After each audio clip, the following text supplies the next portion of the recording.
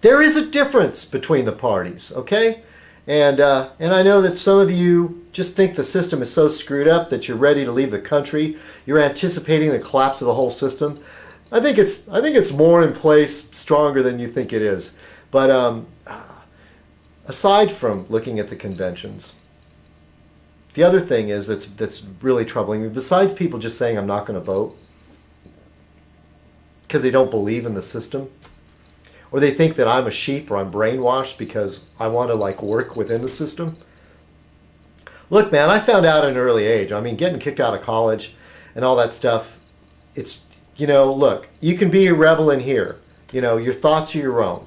And, but it's a tough machine, having warrants out for your arrest or being picked up at any time.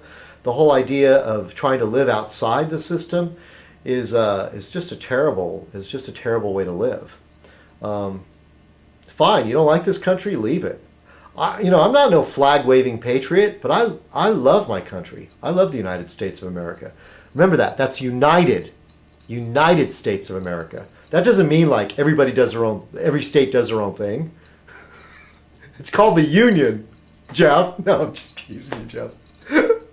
I know you and I disagree a little bit about that, but I think that's what the Confederate War was. The Civil War was over. It was an argument over the states' ability to break away, and I guess you're stuck. Florida and Texas and everybody else, you're stuck. You don't try to secede. If anybody should secede, it should be California, Oregon, and Washington. Yeah, buddy. We don't need you guys. All right, anyway. But the voter apathy is one thing. Damn it, don't throw your vote away. If you're going to throw your vote away, just go vote for Obama. I don't want to jinx it, touch wood, everything. I so don't want another Republican in the White House. I'm so sick of it. 8 years of this crap. And then some of you guys are just too, is it because you're so young you don't remember? You weren't born, or you were like little kids when Bill Clinton was president or when Jimmy Carter was president? It was different. It was different under those guys. In my memory, it was better.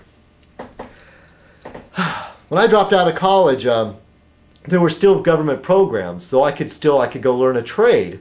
And I'm a functioning member of society because of that opportunity.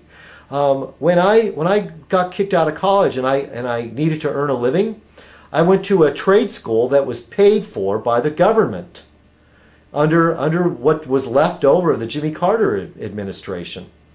And that's where I learned to weld. And my classes were paid for. I even got a little extra money so I could get something to eat. And what a great thing. In the long run, and all these right-wingers, oh yeah, pull yourself up by your own bootstraps. There are so many of us that during a period in our life, if we could just get some help, then in the long run, we're going to become contributing members of society. I pay more than my fair share of taxes, and I'm not in trouble with the law, and I keep my nose clean. That's the idea. I think a lot of these Republicans that feel that way, all the ones I've known, they've never known, poverty. They've never known what it's like to go without food.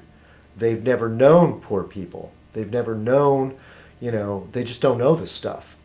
They haven't seen it firsthand, and they're insensitive to it. And that's your Republican Party.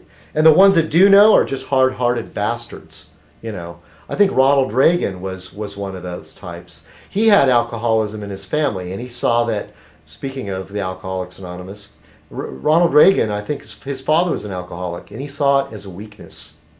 He just saw it as like, this person doesn't deserve anything, that he's less than human. I could have that wrong. I know that he felt that way, though, I don't know if his father was an alcoholic. I got that somewhere. Excuse me if I'm wrong, but I do know Ronald Reagan, really, his own biographer said, when he was interviewed, said, and the biographer loved Ronald Reagan, just loved him. The interviewer said, is there anything that you didn't like about him? And the guy hemmed and hawed, and he finally admitted, he said, Ronald Reagan did not have any empathy for people down on their luck. I guess at least he's not kicking you when you're down, but when you're down, he'll just walk right by. That was Ronald Reagan. And so I'll just leave you with that. The differences between the parties, the differences in the philosophy. After Jimmy Carter, Ronald Reagan,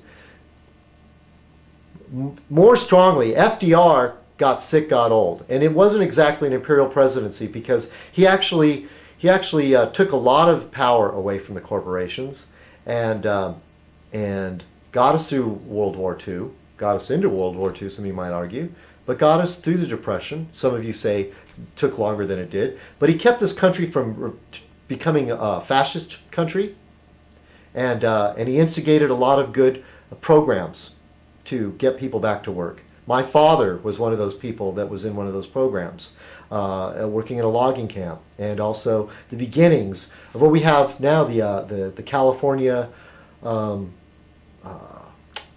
CCC. It has something to do with taking care of the forests. Those are some of those programs that were started by FDR. And they're still around today, even though they're kind of the GI Bill, things like that, that help people when they're sort of need help, so then they can go on and start giving back. That's the thing. That's what these right wingers don't understand.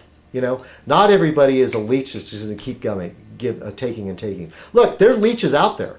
You know, as my mother used to say. My mother's Mexican. She'd say, "A parasit."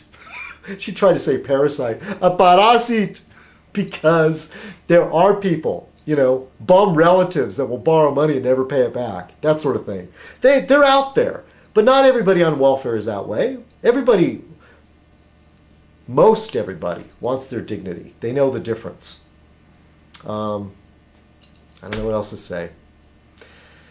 Guess it was voter apathy and the differences between the parties and the right to protest. You know, so many times there'll be protesters on the news and some guy will say, "Oh yeah, it's all people that don't have jobs. They're the ones that go to protests. They have nothing better to do." You know what? You don't understand. People that say that think that any type of protest is wrong, automatically their knee-jerk reaction, if the people are out there striking or carrying signs, that they're bums, what the hell's wrong with you? This is America. That's democracy. That's how the system works. Civil disobedience. You need to rock the boat a little bit, get some attention. Look, the vandals hurt the cause. People that break windows, start fires, but that's only a small group. But the right wing, the liberal media, my ass, they focus on that because it's news and it distorts the picture. So here's to the protesters, and it's no wonder that there was a stronger protest at the Republican convention than there was at the Dems, because in this case, in this era, it's the Republicans. They're the ones that need to be set on fire. Did I say that? Set them on fire. Fuck shit up. No, I don't. I love Republicans. They're just misguided. citizenkong.